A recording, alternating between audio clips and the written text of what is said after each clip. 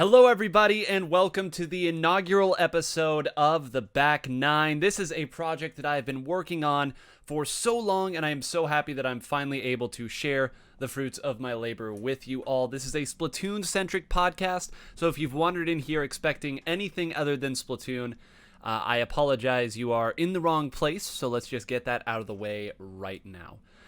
The main goal of this podcast is to bring up stories and topics that aren't really discussed in mainstream Splatoon media. And more than that, it's also to make sure that everybody is aware of the goings-on and everything that is happening within the scene itself. This is something that, again, I wanted to work on because I'm not sure that we're doing a great job of this. And I think that there's so many wonderful stories to tell within the Splatoon community, and I'm hoping that this can be my sort of contribution to it, if you will. And I want to thank everybody who has hopped in here early. There's not as much chat interaction in this as there is my normal stream, because we do have some stuff that we need to get to, and I'm hoping that we can get through it pretty quickly. I don't want to make this is never going to be a 2-hour podcast, hopefully not even a 90-minute podcast. We're shooting for maybe an hour, with the bulk of that being the interview. And of course, a lot of you in chat already know that we will be interviewing InControl's very own Earthquake, Quak, Quak. He is a man of many names. And of course, this is going to include a healthy segment of my opinions. So if you do not enjoy my opinions, then this might not be the event for you. Or maybe it is. Again, you know, if you don't like my opinions, this could be great fodder for you to use against me. But today is going to be a little bit of a syllabus day for those of you who have gone to school and are aware of what a syllabus is. We will be going over some of the stuff that you will expect to see over the course of all of these shows.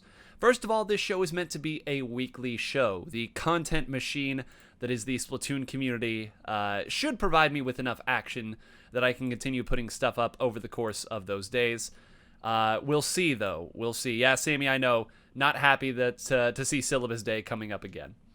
But we will have 5 segments each show. You can see here on the left side that there are 5 segments, and they will have names as well. You can see intro, that is the segment that we are on now. I have it animated so that when we move over to another segment, those 2 little dots will move up as well, or down, as the case may be. You can see we have the intro to the Back 9 interview with Quake. We'll be discussing the Winter Open and Genesis 7, the Soapbox segment, which I'll talk more about later, and then polls and shilling at the end, because if there's one thing I've learned from being on podcasts in the Splatoon community, it's that you have to shill if you want to get anything done. Also, we call this content, but everyone around here knows that it's actually an IMP, an informative motion picture, because we try our best to avoid buzzwords around here. Now, one other thing that I will note, you'll see at the bottom, it is currently blank. However, if I open this up, let me make sure that this is running. It is perfect. We have a ticker, everybody. That's how official we are. This ticker down here on the bottom is going to show tournament results over the course of the entire show, and it will cycle through like any typical ticker that you might find on ESPN. That was the inspiration for all of this.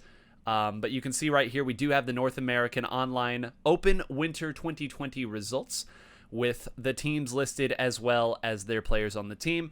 I have some more things that I would like to do with this. I would like to eventually branch out and include a number of different things, most notably free agent postings. I want this to be a place where if you're looking for a new player on the team, you can come here and find that here at the bottom of the ticker. And also, if you are a team that is looking to recruit, you could put that here and you'd be able to find recruitments. Now, I know this is a very, very basic ticker. I don't have the know-how to do much more than this. I barely have the know-how to do this, but I'm hoping at least that it's something that will go by well. If you're unfamiliar with Splatoon and you want to see some of these players, having the player name is very, very nice, because again, you get to see the names behind some of these teams. And for those teams who have maybe performed well, it's always nice to see that on the team itself and on the ticker. But you can see already that we have kind of gotten through this, and I've taken my allotted 5 minutes for this. We're trying to keep to a good schedule here. So, it is now time to move on to the next segment. Like that. I like that a lot. This is going to be the bulk of the back nine, as I mentioned. None of the other segments are really going to run too much longer than 10 minutes. I think I've allotted 10 minutes for the Winter Open and Genesis 7 discussion, but Soapbox and Polls and Shilling will not take very long. So this will be the bulk of it because, again, this is a podcast about finding the stories within the Splatoon community. So, without further ado, I would like to introduce to you all someone who I have a lot of respect for and who I've gotten to know at least a little bit. Someone who really is an inspiration, I think, in the Splatoon community. He is a call-out enthusiast. He is the most patient Splatoon player I think I have ever met. His name is, as I mentioned, Earthquake, Quake, or Quack. He is known by many names, and I am going to unmute him right now so we can get this started. Quake, can you hear me, and how are you doing tonight? I can hear you. I'm doing fantastic. Thank you for having me. All right, I even have a page here for you so you can see your beautiful face on that wonderful photo that you've got. So, Tension took that, by the way. Just he did? Yep. Is Tension a photography major? Apparent. I don't know. He should be, though. Like, is he even... Actually, I don't even think he's in college now that I think about it, but... Well, he's got a future. He does have a future.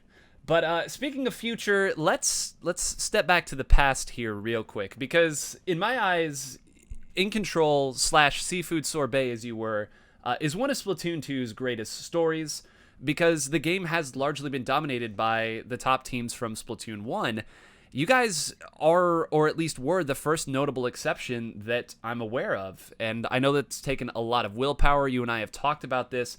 But I want to step back now and let you talk about the history that this team has had as you, through your eyes. Because I know you weren't there at the start of Seafood Sorbet, but you've certainly been a major part of what they've done. Yeah, I mean, I'm definitely not the Seafood Sorbet historian. But, I mean, I can definitely talk about sort of more since I've joined. So I think I joined July of 2018. We were playing in Ludi Div 2 at that point. We did take home the W in dramatic fashion. I was playing Custom Jet, just so everyone knows I can flex backline. But yeah, so after that, I joined, and we Custom Jet wasn't really working out, unfortunately. So we were looking for a backline, and there's only one backline that um, well, I mean, Biscuit's an exception, but only one backline I ever want to play with. That's Z. So we brought him in, brought back the duo. If you ever played us in Twins in Splatoon 1, and then from there we went to LISS as a full squad. It was still the only land. We will be changing that at Genesis 7, but the only land we've actually attended with our full roster. And that was just a really fun experience because my first land too. And just be able to get to meet all like a bunch of friends I've had for years at this point. Like I've known Birch when he was on the team, Birch and Shale, since back in Splatoon 1. And so that was just I think we placed top 8 at LISS. And from there, we got home, and I think we were all really motivated at that point. Just I think Demise 3-0'd us along with Deep Blues, and so or I think they were still Hive at that point actually. But that was our sort of point where we were like, all right, we like see what it's like to play against these really talented teams. That was definitely a lot of motivation for us to improve. And then came back. We went back to scrimming. We decided to make a few roster changes, just to we felt like we could improve, and so we went looking for another member, and we added Simo to the mix. And I don't like. I think that was definitely a moment where a lot changed for us. I think we really added a player who is just so dynamic, can do so much, and just brings so much to the table that I think without Simo, we look entirely different. And so I think like that was a huge change for us. We then go into G6, and from there, I think we were like, all right, we really saw improvements from ourselves from LISS. Of course, we joined InControl right before G6, and we were like, all right, we actually have an opportunity here to really improve and take that next step and try and compete against some of these really top teams. And I think since then, it's just been a lot of really working to try and just hone really tiny details. to just to keep improving constantly. In terms of sort of you know what it like feels like or means to sort of reach these like upper tiers of Splatoon, it's something that I don't think I think about a lot. Um, I think especially when you're in it in the moment, maybe 5 or 10 years down the road, I think I will look back and I think this is just a super cool opportunity to really be able to travel around the country and meet people who just some really amazing people. Um, is something that I don't think I really appreciate it enough now. But I think in the future it's definitely like this will be something that I look back and just be like, wow, that was super awesome, and it was incredible to get to do it. But you know, it's like I honestly I wish I had a better answer for sort of how we actually did it. It's just like opportunities present themselves, and I think you just sort of take advantage of them when you see them. Well, so Um, on that note, then, what do you think was the best opportunity? Was there a moment where you were able to look back and say, "Hey, we did it, we made it"? Was it your famous pop off at SNS 5, or was it before that? um, hmm. Best pop off in Splatoon history, by the way. Anybody who did not see that, well, I'll let you tell the story. But Oh, what I was your mean, moment? so it was what was that? Losers semis? No, That would have yeah, it would have been been, loser semis, yeah, right? Because then we played low low key key. Yeah. for top three. Um, and so we're playing DB. We take the first two maps. I think we took Rainmaker, which no one expected us to do, but we managed to do it. Um, then we lost the next two maps, which but it was counterpicking. So we I think as soon as we lost this second map or the fourth map that was, we knew exactly what map we were picking. We're like we're playing Wahoo zones and it doesn't matter. Um, and then honestly don't remember 90% of the map. I remember Simo gets a hammer triple, and then I stand up. I blacked out. I think I wish the stream had captured it better. I Yeah, don't remember it that the well. worst. There's no clip of it. That's the worst It's part. so upsetting. Um, yeah, it's unfortunate, but It is. And I think the funniest part of it too was not that you're not someone who can get excited, but it did feel not necessarily uncharacteristic, but it was like that moment right there. All of the hard work that you had done finally came to the head with one finger wag and yelling, "Not today." um, yeah, I mean, definitely. I'm not. I'm a superstitious person. Um, so I'm not one. I don't like to give anybody some bulletin board material. So I'm not. I won't start talking until after the match is over. Um, so that was definitely just people were getting a little rowdy, and I wasn't having any of it. So I was. Once it was done, I felt it was okay to say something. Hey, that's a pretty safe way to go about it. Yeah, And I know that, like you said, Hive then Deep Blues then Hive had eliminated you guys from the last lane that you had attended, and or at least the first lane that you had yeah, attended. yeah, And again, to get that, they were sort of a mountain for you guys. It was I guess after that point, it became a rivalry because before that, it had been pretty one-sided, but definitely. it was very refreshing to see you guys. So would you say that was kind of the moment where you guys knew that, okay, we've taken the next step? Yeah, I think definitely. I think that was the moment for us where we're like, um, we knew that, like, because we played teams close. We'd had a lot of really intense sets, and that was sort of the first one that we were like, all right, we actually took it, and this is something that we can use to build off of. So then I mentioned earlier that I've called you the most patient, maybe the most patient Splatoon player that I've ever seen. And part of the reason that I say that is because it seems like no matter what's been going on in the set itself or the game, you're always able to keep pretty even keel. I think it was in the Summer Open. You guys were actually about to lose Game 5 against, I believe, Kanai Plus, and it was Turf War. And then with 10 seconds left, I think Dash went down or something, or maybe it was 15 seconds left.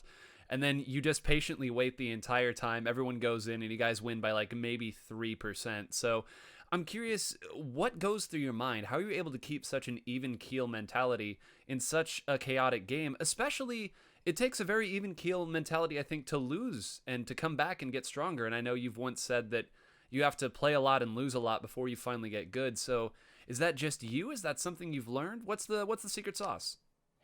Um, I mean, I think especially when it comes to tournaments like that map, like that set with Kanai especially, I think we lost the first 2 maps, and we the previous Summer Open, we had lost in the round of 16 as well, and so I think we were just really determined to not let that happen again, and, we knew we had to win 3 straight, and that was the reality of it, so I don't think in that moment we were like there was just no other choice besides buckle down and get it done, but in terms of just sort of a mentality thing, like, when it comes to tournaments, you just don't have time to get upset or flustered or whatever.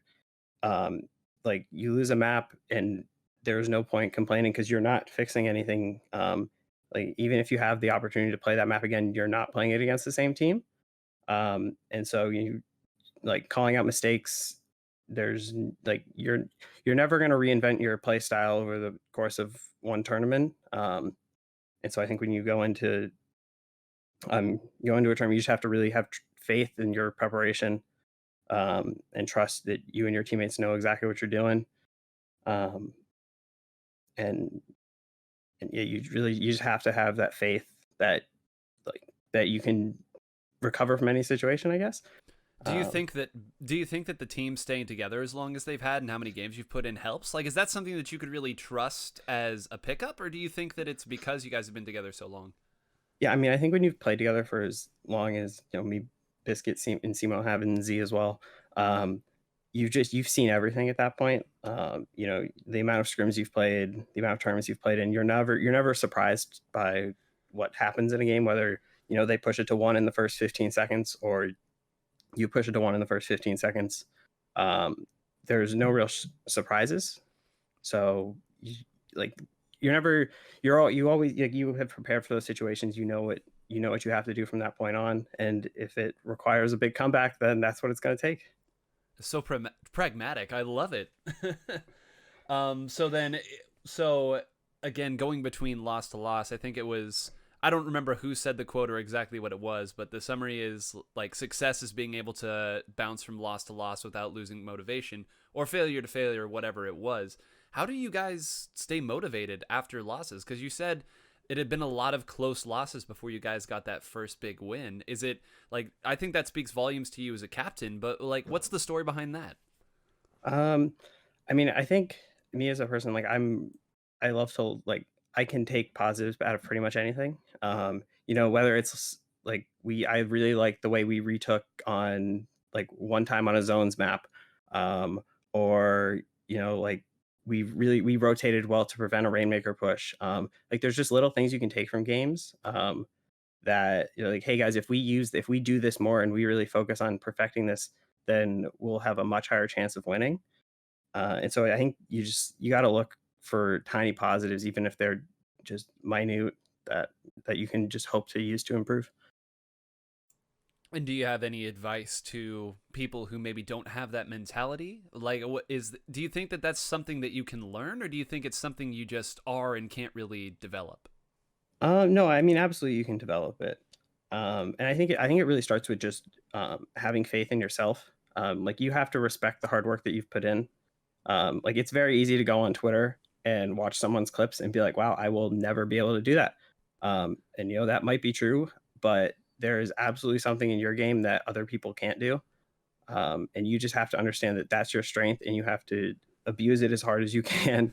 Um, and like so, yeah, basically have like know that there are things that you're doing well, and even if like other people aren't appreciating or seeing that, like you can absolutely take advantage of it to make yourself successful. And you mentioned earlier all of the roster changes that have happened. I know that you kind of painted the picture of how exactly the team came together. You're the captain of all this as well. And, I was a captain of Stratosphere as well way back in the day. And I know that roster changes aren't always easy. Sometimes it means letting people who've really committed a lot to the team go. And sometimes it means taking a chance on bringing somebody in. So, talk a bit about that aspect and what it like the responsibility of being a captain and how you've grown into that role. Yeah. I mean, I think I'll sort of speak on I'll try and say talking about being a captain for a little bit later in this response. But I think we're a team that really doesn't, we're not afraid to make roster changes. And I think that sort of stems from the fact that we know that like we're going to make mistakes from time to time. We're not always going to pick the player who fits us perfectly. And when that happens, you just have to be okay with then correcting that mistake. And it's not always an easy thing to do. Um, but when it does happen, you have to make sure everyone's comfortable. If people aren't happy when they're playing the game, you're never going to be successful. And so I think we really try to prioritize chemistry.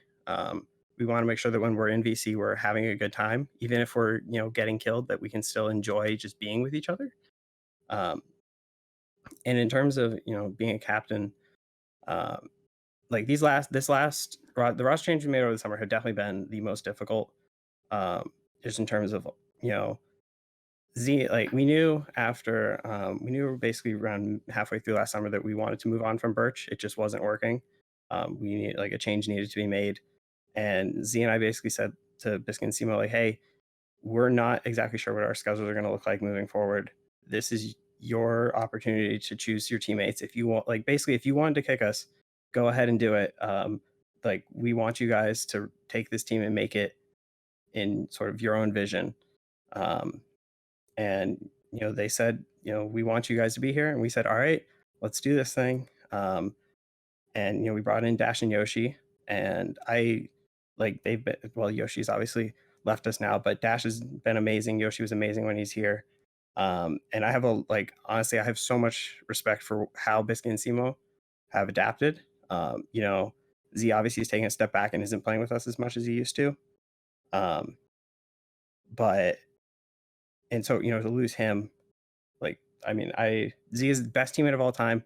There is no one better than him. I will stand by that. But to lose your back line, Biscuits stepped up and adapted so well to an entirely different role. And Z was a really big in-game leader for us. He's the guy who keeps everything calm. Is like, hey guys, let's just relax. Like we're fine position right now. Um, he reins me in when I get a little overexcited. My call outs start to jumble together. And so losing him, Simo's really stepped up and just really fit really well into that role. And so yeah, they did a great job. That's I so won't take sweet. Everything that you said was so sweet right there. That's really nice. And saying all these wonderful things about your teammates. I have different experiences with Z. I'm pretty sure he sniped me like 10 times when we were playing. So he does have a tendency to do that. He does. I've got beef with him. No, not really. Everybody on the team has been so kind, pretty much from everything I've seen, aside from the C Money memes who, if you only knew the memes of Simo, you would think that he's an entirely different person than what he actually is. He was so polite. I was actually like awestruck by how polite he was. So Simo, keep crushing people and then shaking their hands afterwards. But you said you wanted to talk a bit about being a captain as well. So yeah. I'll give the floor to you for that. Yeah, I mean, these last, what has it been, 6 months since we've, because Birch was the captain before me, and like I don't think I really understood how to manage people before, or like try to manage people before, because I won't pretend that I'm always the easiest person to deal with when we're scrimming. There are times where I feel that you need to step in and sort of be like, hey guys, let's refocus. We're getting a little not either whether it's just we're starting to meme a little bit or we're losing focus. We're not putting in 100% effort, and just how to actually interact with people and communicate with them that that like this is like we're not doing our best. We need to make a change real quick and like let's refocus really quickly. 2-minute break. Like no one hit A. Let's just reset in the lobby, talk to each other. What's going on? And just really making sure that I'm on top of those things. And just trying to focus and make sure that I'm trying my hardest every night, which isn't always the easiest, but I just try to make sure that I'm setting the best example I possibly can every night that we're in the lobby. Best example every night. Again, so industrious, man. So industrious, so pragmatic.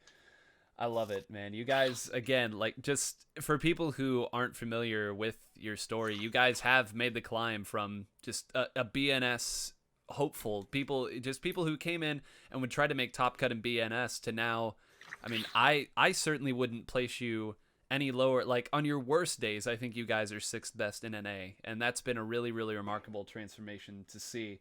And to kind of go along with that too, talk a little bit about what keeps the team motivated, because I think we're all aware that in this age of Booga winning millions of dollars playing Fortnite and Overwatch League happening, the pot of gold at the end of the Splatoon rainbow certainly isn't nearly as big or as shiny. But you guys keep competing as if it was. So what do you guys do to motivate yourself, especially as the old guard is kind of talked about getting less motivated for the game?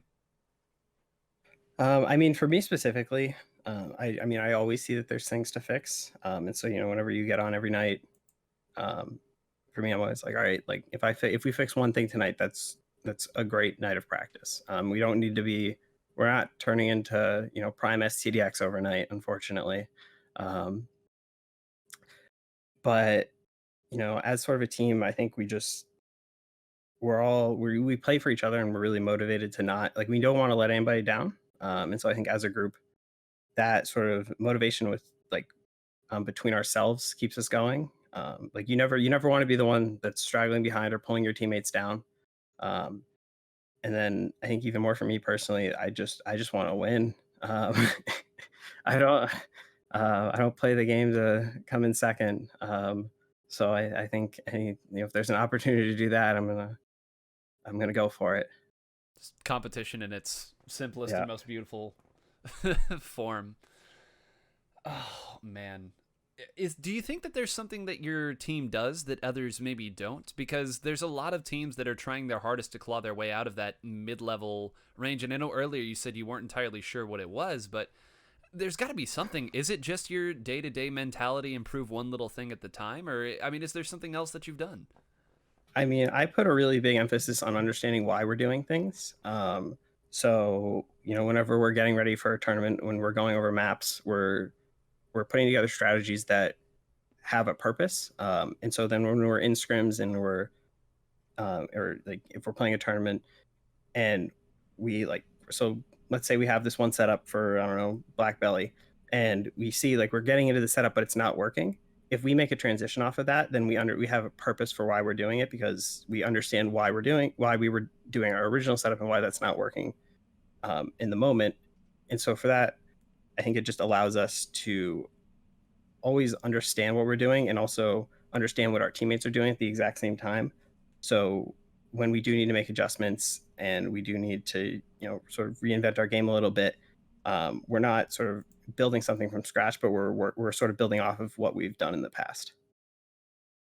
I think that there's a lot to be gained even from that little bit that you've said. So often it's really easy to log on a solo queue, log 10 matches with a weapon that you're trying to learn and then leave. But I mean, talk a bit about scrims as well. And, one part of your journey that I'm really interested in is a lot of people talk about how it's very, very difficult to find scrim partners or people around your level. And I know we'd all ideally like to play a team that's maybe one step better than us, because then you can continue to play someone who's a little better than you, learn from that, and go from there. But talk about that journey, because I know that that's not an easy part for teams to find, but you all have seemed to found it just fine. Yeah, I mean, I think when it comes to scrims for me, like if we're playing a team that's if we're playing one of like FT Win or Demise or whoever it is, those are nights where we're really like or at least I'm really looking for process, because we know we're not gonna beat those teams every single time. That's not the nature of the game. Um, and so for those, like if I see that we're getting to our setups, we're executing when we have the opportunities to. We're not letting them win. We're not letting that we are forcing them to actually beat us by their own execution. Then those are the sort of things that I look for when we're scrimming upper level teams. But if we, it's a night where maybe there aren't a lot of teams on, and we have to scrim someone who's maybe a little bit not as big of a challenge for us, that's where I'm really looking for us to execute. I want us, like if we should be knocking out 15 times in a row, and that's sort of the standard for the night. So I think it's just sort of understanding um, this, like what sort of night you're in for, and what the expectations are, and making sure that you're getting the most out of whatever opportunity you have. And how did you go about finding those scrims in the first place back in the seafood sorbet days? Um, I'm not. I don't. I don't really claim to be the scrim getting wizard. I definitely that's not my. It's never been my job. Is that a role that like every team has to have? Just have somebody Yes, who knows people. Simo's the scrim wizard. Simo and Biscuit. They've got it on lock. JP scrims. Biscuit's got a few things hidden up his sleeve. Yeah, I don't get into that dark magic. Dark magic. It's so evil that even a top N8 team doesn't know how it works. They just one day you wake up and scrims are just at your doorstep. Yep. Do you guys do any practice aside from scrims, or is that really just the bulk of what's there? I know it's the most efficient, but on days where you can't find scrims, do you ever league? We play a lot of 2v2s. Um, and I'm not sure if that's actually making us any better at the game, but I think definitely from just camaraderie and getting along as a team, we keep track of them. We do have a Google Doc that I can pull up right now if you'd like to know the scores. And I'm going to do it because I'm in first place. Oh, okay. Yes, yeah. please pull that up. Pull that up right now. So just off of current members, I sit at the top with 292 wins. Simo or Biscuit in second place, 206. Simo at 200. Dash getting close to triple digits at 97, and Z, well, he's been a little inactive. He's sitting at 47. But yeah, so we definitely do that a lot. Wait, time out. Those are Yeah, wins or win kills? 2v2 wins. Goodness gracious. If we play a lot of 2v2s. Yeah, I can. Well, okay, good. Talk about that. See, this is the story. These are the stories I like here. What led to you guys finding 2v2s to be an effective form of practice?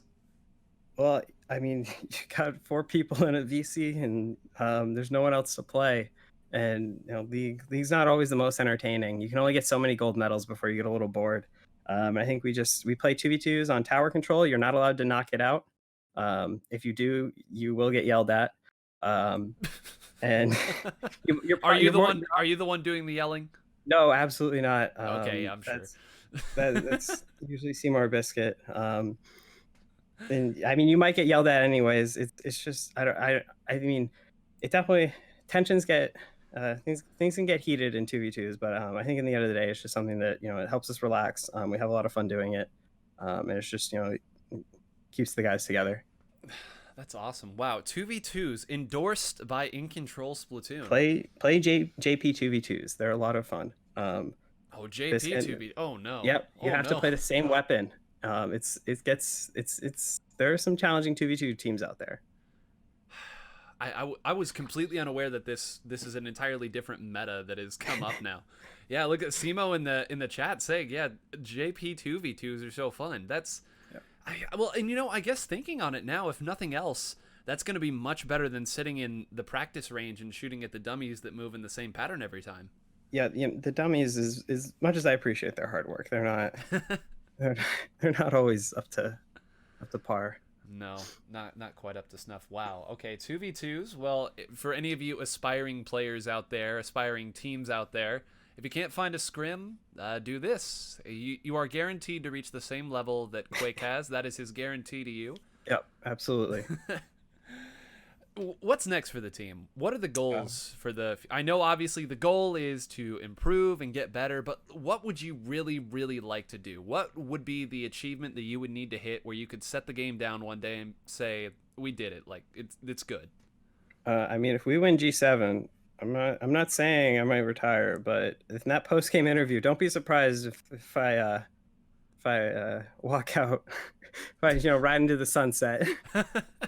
Right into the beautiful Oakland sunset. As it's been cloudy every single Genesis. I don't understand it. Every single Genesis. No, I don't even no matter what happens at Genesis 7, I don't think we'll be calling it quits. But I think we're just right now really focused on making sure we're in best possible forms as we can be going to G7, trying to scrim as much as possible. And then after that, we'll reassess and see what's next. All right, now it's time for the boring question here. This is the one that we have to talk about here. I need your thoughts on the current meta, your role as a frontliner. You've rotated between just about every frontliner in the book, every meta frontliner. So what do you think of the meta, and what does it mean to you, who's been so willing to change between different weapons based on what the meta called for? I mean, yeah, I've pretty much been playing solely K Pro, I think, since SNS basically. And then I'm starting to pick up Squeezer a little bit. We'll see how that factors in once we get to Oakland. But I mean, the last patch, I wasn't super upset to see L3, take a little bit of a back seat. Ballpoint still is fall offy as ever. Yeah, it's ballpoint. It's okay. Yeah. It's my stream. You can hate on ballpoint as much as you want. This is an anti ballpoint and splatling zone. Hey, but I mean, we can give Luna some hype. Like Yeah. Kyo Oh, pulled dude, out the Luna Kyo, he Day. was working. I'm gonna Yeah, talk about that a little later. But as soon as that ended, I immediately DM'd Kyo and I was like, "So I can play Luna now, right?" And he said, "Yes, sir." And that was all I yeah, needed right there. yeah. No, I mean Luna. I don't know, I mean, we're only what 6 days into the patch right now, and so I don't think we'll see sort of its final form until well after G7. But yeah, no, there's definitely a lot right now that I think can be explored. I think Luna might be one of those things that come G7 we might see a lot more of. What a beautiful time we live in now. What a beautiful, beautiful time we live in. Yeah, it's always good watching Kyo play because he plays all the weapons I do. So Yeah. I just get to say, oh, he's still playing it. Cool, then I can play it too. Did you have a favorite? I mean, which was your favorite weapon to use? A lot Ooh. of people probably don't even remember your Kensa dualies, but I was a huge fan of your K dualies back in the day. People hate on my special power up K dualies. Don't sleep on them. Your baller never gets shredded. You're just running around in that thing for days. No, I mean, if I had to pick a favorite meta, um, like the week and a half where people are playing Clapples, that was a great time. I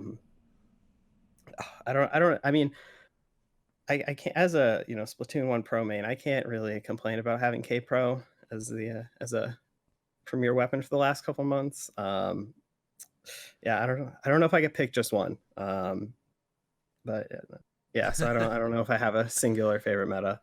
Hey, that's good. Most people are so very vocal, but I think it's very you that you're like, well, I like a little of this and a little of that, and it is what it is. But hey, Frontline's always got something going for him.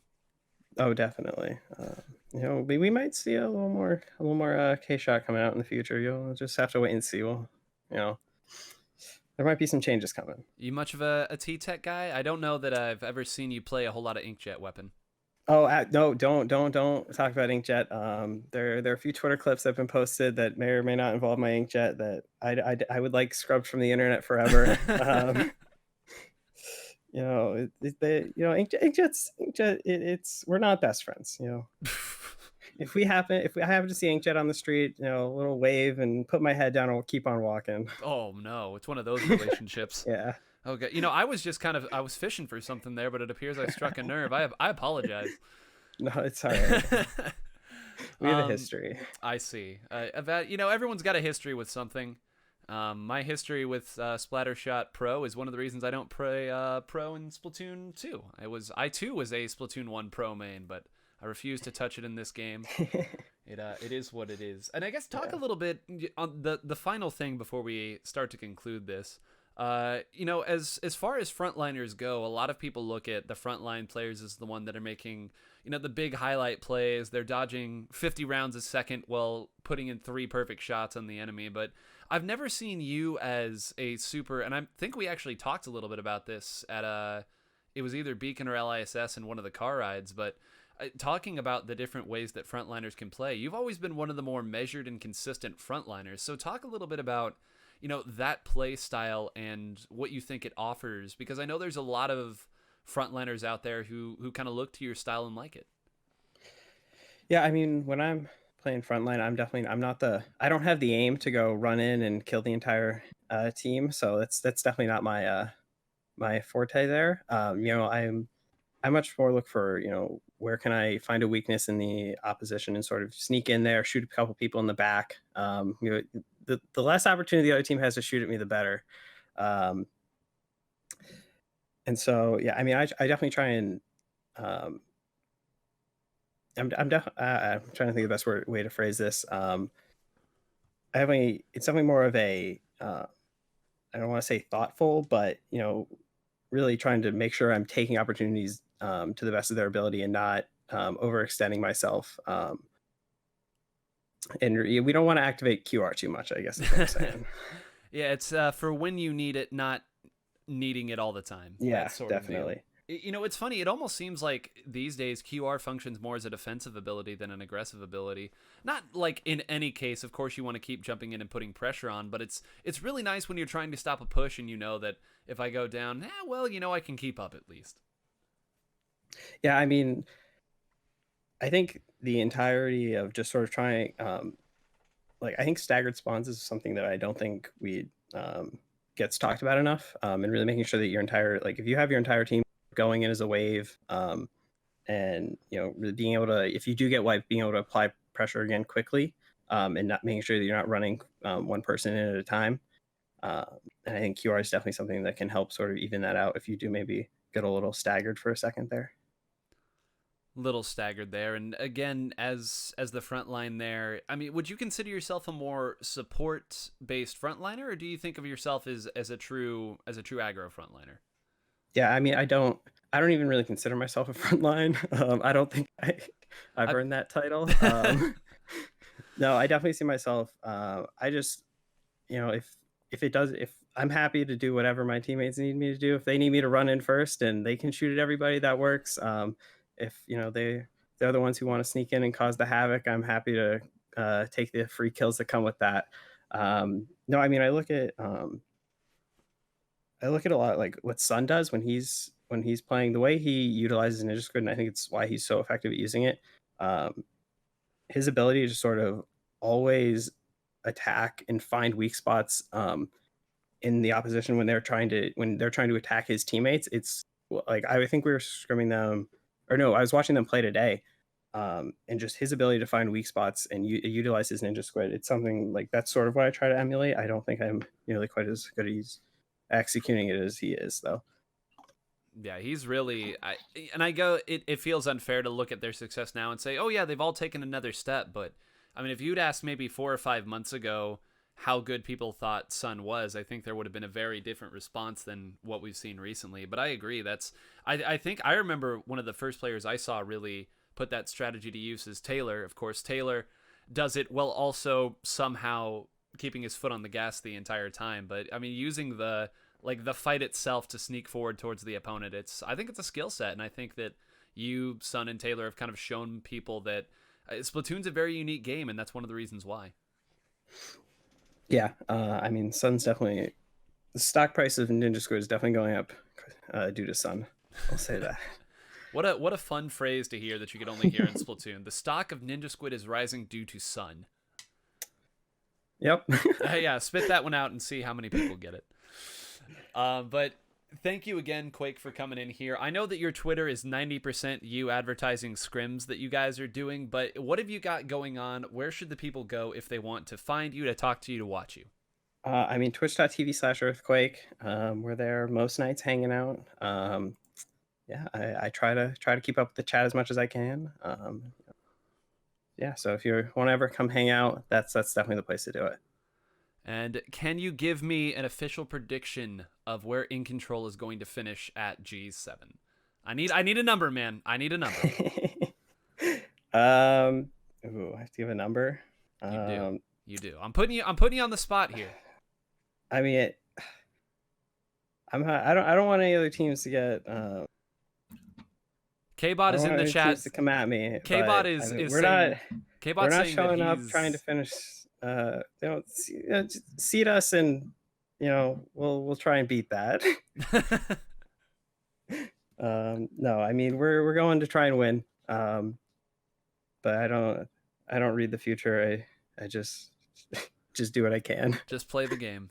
Yep. I don't read the future. I just play the game. Well, thank you, Quake.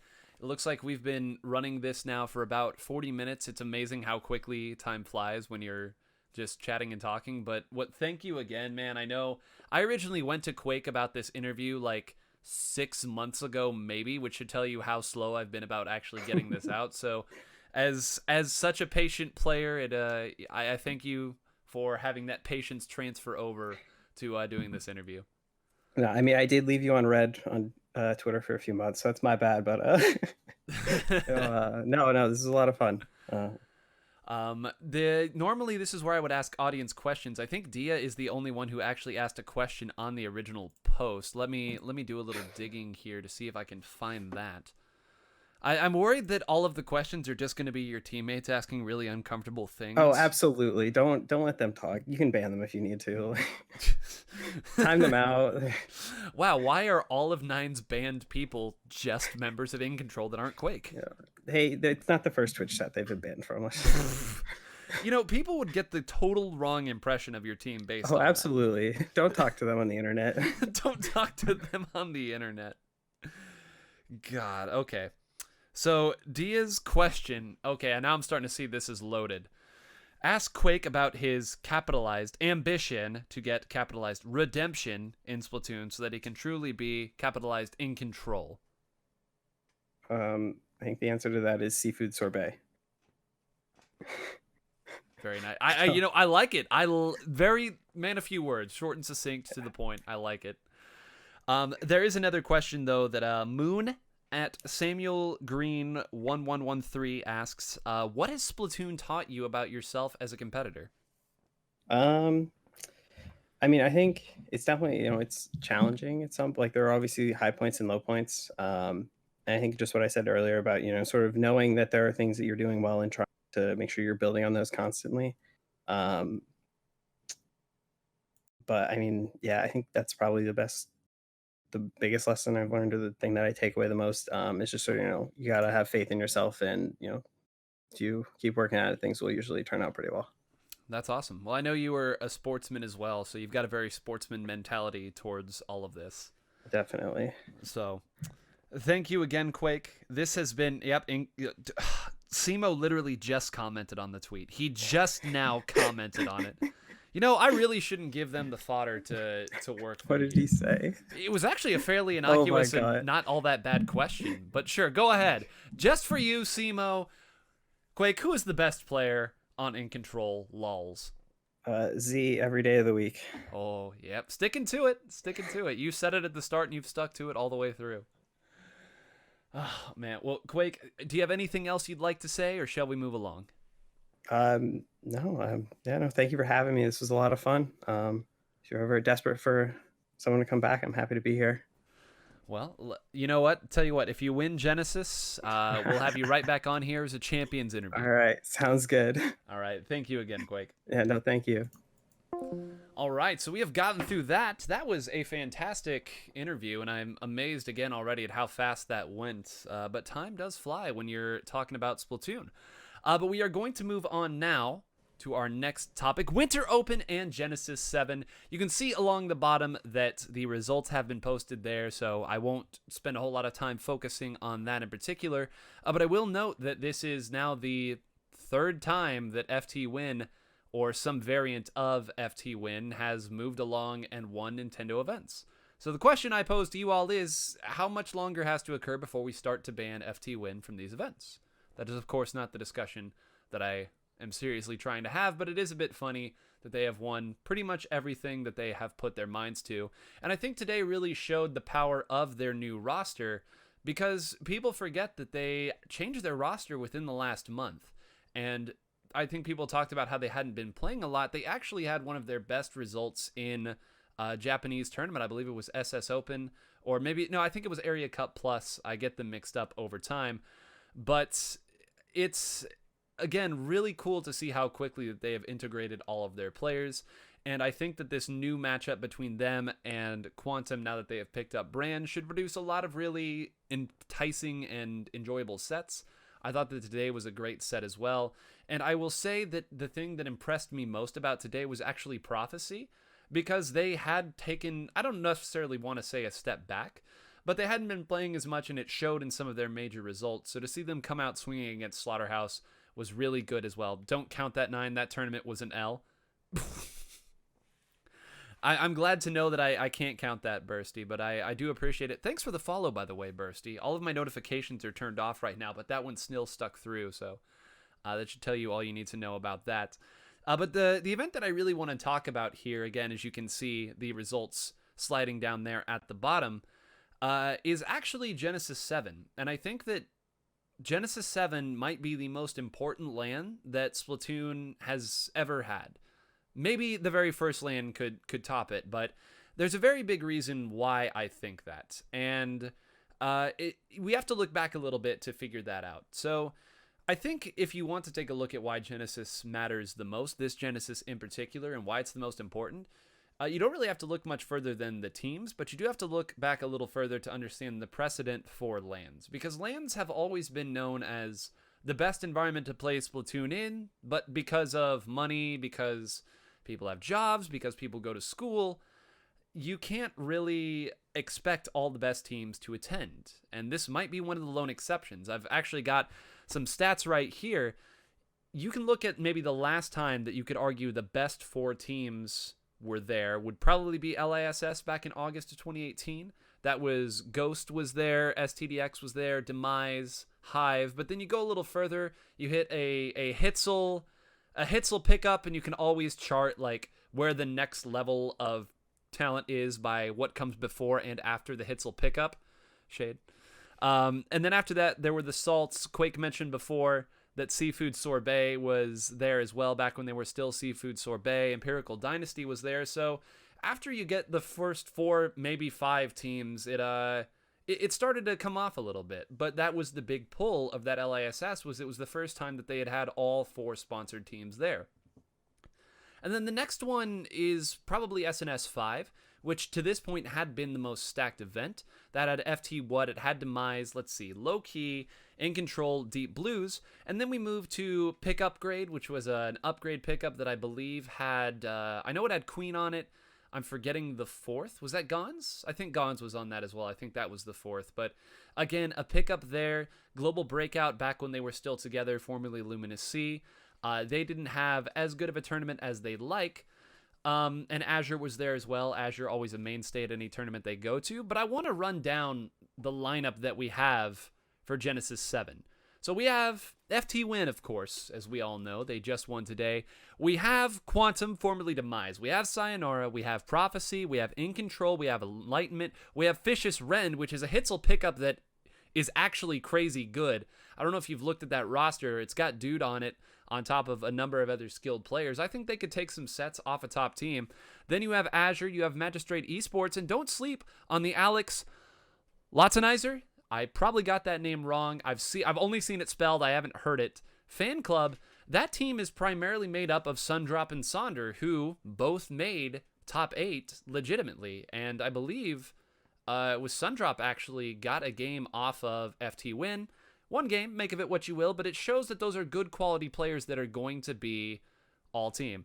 ALFC. That, I mean, hey, that'll work, K-Bot. But again, all of these great teams have come in here, and if that would not be enough by itself. But there's something else to consider about Genesis 7, and that's that we're going into the 3rd year of this game. We've never been in the 3rd year of a game before in uncharted waters. You all obviously know Splatoon 1 came out in 2015. By 2017, we already had a new Splatoon, or at the very least, a new promise of a new Splatoon.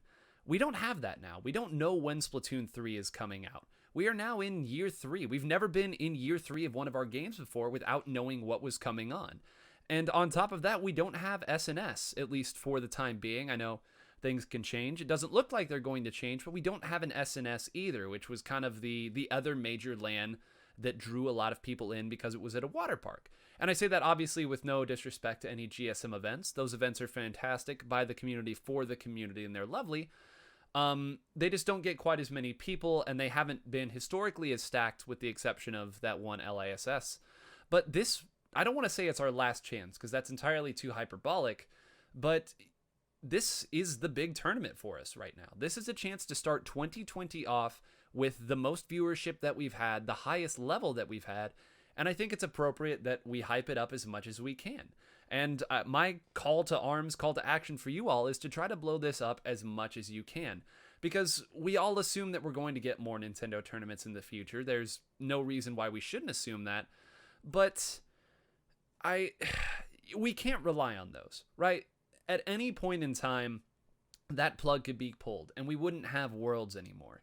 So it's very important that we don't wait for events like Worlds to try and show off our scene. Worlds, of course, is always going to pull in the most viewership numbers because it's Nintendo, it's their brand. But Nintendo is sponsoring this event. They had a tournament that got people to this event. There's going to be a little bit of that, and I think that it's our job to make it as popular and as good as it's going to be. I know the TO staff is working double overtime to make that happen. I'm actually buying a blazer. I'm buying a blazer for this event. I haven't bought a blazer for any Nintendo event that I've ever worked. That should tell you how seriously I am taking this.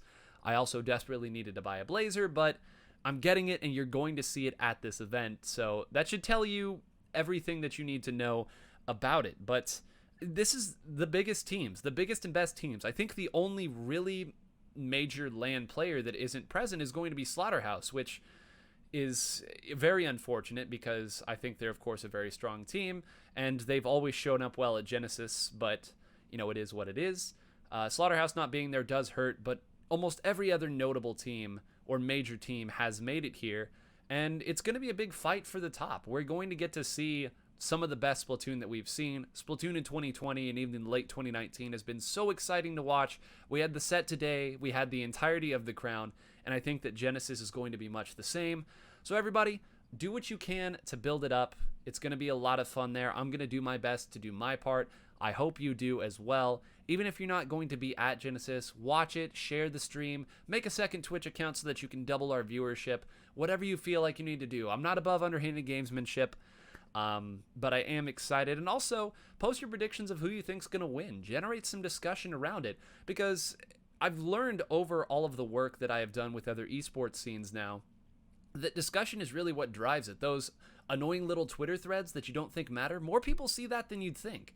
And trying to get that discussion going is only going to benefit the scene, provided that it isn't filled with slurs and whatnot. But just drop some G7 news. Okay, listen. I have everything else off right now, but I did sub-bot it up. I like that. I like that. It's going to be good. I'm really excited to see what's happening. Kyo going with FT win. Surprise, surprise. I'm very happy to get to see FT win as well, because at SNS 5 it was for the what, but this time it's going to be their legit roster throwing down as hard as they can. No, go ahead and go ahead and post it, K-Bot. Go ahead and post it. That drama might be good for the scene. Listen, discussion is good for the scene. Discussion is good for the scene. So you can take a look right there. K-Bot has posted a nice... The stream mod isn't that advanced, K-Bot. It isn't. It's not that advanced, and also none of my mods would be so callous as to do such a thing. And now we are going to go ahead and move on to the soapbox segment. Now, the soapbox segment is my favorite segment of this because it lets me do something that I don't often get to do or choose to do. Which is I get to stand up on my soapbox and preach to you all about a topic that I really like. Now, the important thing to note about this is that I am not beholden to the ebbs and flows, the whims of what the community's current discussion is. So, if you are tired of hearing all of the discussion related to TOs versus top players, good, because I am as well, and I don't want to talk about that. But the soapbox segment is one of the only consistent segments that we will have here in the back nine. The other segments will likely shift. The only two, of course, that will stick around for certain are this wonderful soapbox and, of course, the interviews, which is the purpose of the back nine. It is why it was created. So, soapbox time to stand up here and talk about a topic I love. And this is a topic that's very personal to me as well, because it starts back in... we'll say August, maybe October of 2016. Some of you may know where this is going, but there used to be a team called Stratosphere, which was the team that I competed on at the time. And we competed in a wonderful tournament called Ludi Season 3. And you'll see how this all relates to what I'm talking about when I say the mid-level. But we were in a division that was considered, I believe it was Division C at the time, and that was back before it was based on numbers, but it went S, A, B, and C. So you could essentially say that we were Division 4. And I want you to think now about how many Div 4 teams you honestly know from the current Ludi, that you recognize any of the players there who, if they said, yeah, we're a Div 4 team, you would know who they were or what their accomplishments were. And I bring this up because I've got right here the crack-on division, which is what we were, the group that we were in. So of course we see Stratosphere, and we see another team called Pure Ink Sanity, and we see another team called Les Extralamars, and I definitely got that wrong. But I bring this up because to break down some of the players that were on Stratosphere. Of those players, I believe that 4 of them have now competed on top-level teams. Ace 96 Deco and Gingerbread Man have competed for Spicy Kraken rolls that has taken games from STDX even when they were in their prime, and taken sets off of lots of other top teams. Furthermore, Les Extralamars, El Firmament is what they rebranded to, was one of the best teams from Europe at the start of Splatoon 2. They were invited to an Ink TV Invitational, which was a big deal. Only 16 teams, and the very best 6 teams got invited to that, and they were a huge force too. Pure Ink Sanity has taken a lot of sets in their own right, but they're most famous for fusing with EDPP to become Legacy, which, as all of you know, speaking of Genesis, was able to take a set off of Set to Destroy X. And I bring all this up because that was 3 years ago. And those players have now moved on. Ace 96 Deco and Gingerbread, like I mentioned, Burning on our roster of Stratosphere, now plays for Sayonara. I know he's not in the starting 4 right now, but he is able to come in and contribute as well. And of course, Opie plays for Team Mochi and has played for a number of other teams as well. They were 1 set away from making top 8 in this tournament as well. So I bring all of this up to say one thing, and that is to celebrate the mid-level players. Because, again, this was 3 years ago, and they eventually moved up to become top players. And the current mid-level players are going to be next year's top players. Because, let's face it, y'all, some of us have been playing this game for almost 5 years now. 4.5 years, certainly. Eventually, people get burnt out. The people who were in high school move on to college. They get busy with college. The people who started off in college are now moving on and getting big-time jobs. Or maybe not big-time jobs, but certainly jobs that take a lot of their time. New blood's going to come in. And I'm not saying that we need to have a parade for the mid-level players, but, you know, understand that they're working hard too. And whenever they do a good job, give them props. Because they are the future of the scene. They are the ones that are still hungry and still grinding to get to the top. And you never know, one of them might be the next Quake in that case, moving his way up as well.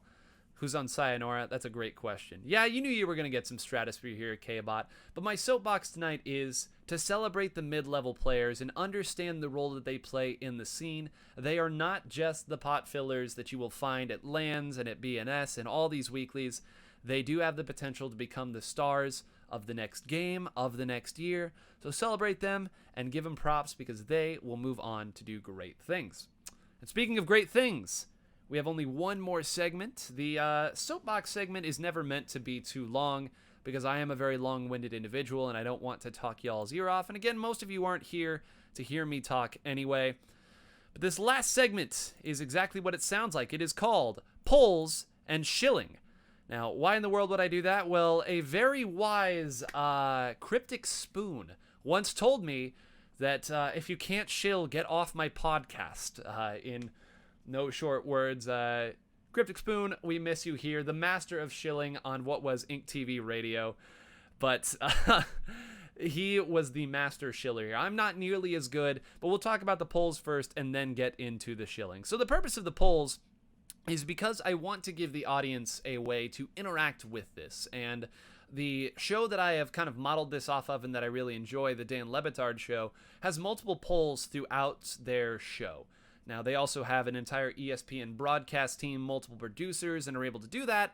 I am but one person. So what we're going to do instead is at the end of every episode, I am going to post a poll. It will be attached to the original tweet that I made when I was going live. Excuse me. So the current question this time is, what do you find is the most difficult aspect of improving in Splatoon? Your options will be lack of resources for study, difficulty finding training opponents, and the abstract nature of the game. I'm not saying that answering this poll will create any meaningful change at the start. I am not K-Bot. I cannot make something out of nothing like he can. However, I think that it's important that that discussion gets brought up, and I know it has been brought up before, but there's no harm in bringing it to the forefront again, especially as we move into a new age of Splatoon with a lot of new players. I know for a fact that there have been a lot of players that have come in since Worlds, Every time a major event happens, new people always get inspired. So this is going to be a good response, I think. And I've gone ahead and attached that now. So feel free to react to that. We will read off those results once we get to next week. We will start off next week, or at least next week's poll section, by reading the results for this week. It will be up for 6 days. So go ahead and post your thoughts out there. Not having the time to learn and play the game. That sounds like a you problem, K-Bot. So that is what the poll is for. In the future, I would like to include maybe more than one poll, but I think this is probably going to be as good as it's going to be for now. And now for the shilling. As Dav gets very excited as I start to shill. It's a podcast. It's only fair that I shill. I don't have a sponsor for my podcast, so I need something else to shill, and that's where you all come in. If you have something that you want me to shill, it can be a tournament. It can be your team looking for scrims. It can be your team trying to recruit. Anything along those lines, DM me the information, and I will include it in the shilling section here at the end of it. For now, I only have one shill, unfortunately, but I think it is a good one because it was sent to me by the Genesis 7 staff, so you know it's going to be good. The squids are back in the town. Join Endgame TV for one of the biggest Splatoon LANs of the year. Genesis 7 on January 24th through 26th in Oakland. Genesis not only has competitive Splatoon, but is also the Smash tournament to start the year. Tune in to twitch.tv/endgametv1 to catch all of the action. And again, everybody, if you are unfamiliar with the format of Genesis, Splatoon is done by Sunday. So if you're planning to catch the finals on Sunday, you can do that for Smash Brothers. You will not be able to do it with Splatoon. Splatoon action will end on Saturday, as it has all the time. And that's all I've got for you tonight. I think that this was fun. It's going to end up being just over an hour, which is about what I wanted. Like I said, I don't want this to end up being anything too big or too long. But this is going to be posted in its entirety on my YouTube channel that is currently just a clean blank slate, and will start being filled with this. If you are unfamiliar with me, my name is NineWholeGrains, and I do stream throughout the week as well. But we're going to try to make this a highlight of the week and a weekly event. Our next person that we are going to have an interview with is going to be Dragonuto, aka Toby, a TO extraordinaire, and he is going to be talking to you about what it is to TO a LAN, the difficulties that he has had putting together these tournaments and LANs in Europe, and what it really means to be a TO.